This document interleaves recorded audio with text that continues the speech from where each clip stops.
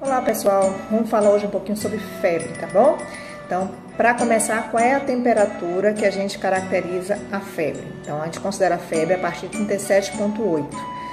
Alguns livros consideram só a partir de 38, mas a maioria dos pediatras considera a partir de 37,8 está autorizada a mamãe a medicar, certo? Então, existem alguns medicamentos que a gente chama de antitérmico, analgésico antitérmico, que são a base de dipirona, de paracetamol ou de ibuprofeno, que estão autorizados para criança, no caso, geralmente maiores do que 6 meses, 1 ano, para usar Novalgina ou alívio. Os pequenininhos é mais o paracetamol, tá bom? Lembrando que esses medicamentos levam em média cerca de 40 minutos a 1 hora para começar a agir.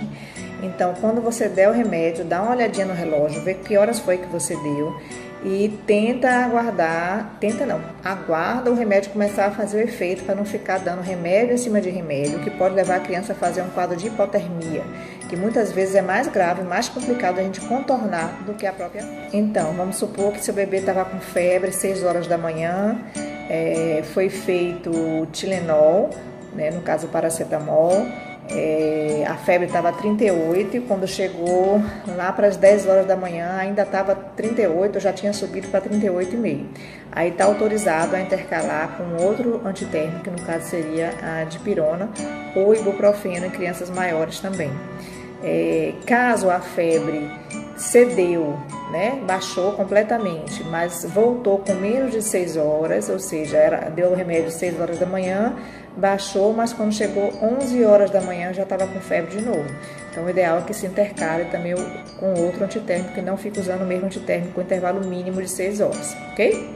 Lembrando que a febre é um sinal de alerta para a gente, tá bom? Ela não é de toda ruim, né? Quando ocorre a febre, que os mecanismos de defesa do organismo vão conseguir, através da dilatação dos vasos, passar através dos vasos, chegar até o vírus, a bactéria, para promover a eliminação dos patógenos, tá certo? Então, ela é importante no processo de infecção para que possibilite. Agora, a gente tem que tolerar a febre até um certo limite, né? Porque principalmente crianças pequenas, abaixo de 5 anos, tem risco de fazer convulsão febril quando tem uma febre muito alta, ou geralmente até, na verdade, não tem nem tanto a ver com a temperatura em si, mas com a velocidade de subida, né? Quando sobe muito rápido a temperatura, esse é o maior risco de ter crise convulsiva. É muito comum no período das vacinas as mamães ficarem angustiadas com a questão da febre, tá certo?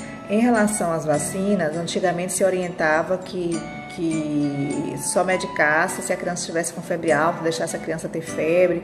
E depois veio uma nova vertente de já medicar antes de sair de casa no dia que fosse vacinar a criança. Hoje em dia existe prevalece o bom senso. O que é isso? Então vamos vacinar a criança, vamos observar se a criança vai ou não ter febre.